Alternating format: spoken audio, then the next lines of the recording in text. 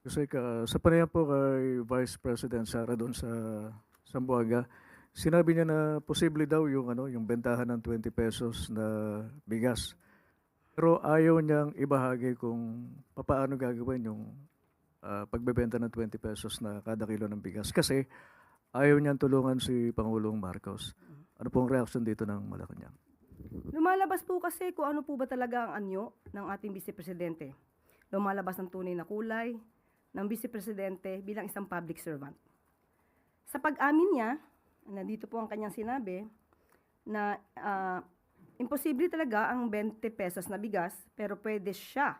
Hindi ko lang i-share sa inyo kasi ayaw kong tulungan si PBBM. Yan po ang tugon ni Vice Presidente ng Vice President. Sa pag-amin niya pong ito, na hindi niya i-share kung ano man ang kanyang kaalaman, kung mayroon man talagang kaalaman.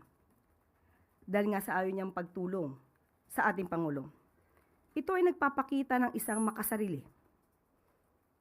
Tandaan po natin, kung ano man po ang kaalaman na mayroon kayo, para sa taong bayan, ito po dapat ay agad-agad na isinasagawa at hindi po dapat ito tina-timing. Hindi ba na po naiisip ng Vice Presidente ang kapakanan ng taong bayan, lalo na po yung iba ay nahihirapang bumili ng bigas kahit na nga po mababa ang presyo ng bigas. Tandaan po natin, ang paglilingkod sa bayan ay hindi isang laro. Ang gobyerno, ang bansa ay hindi isang malaking playground.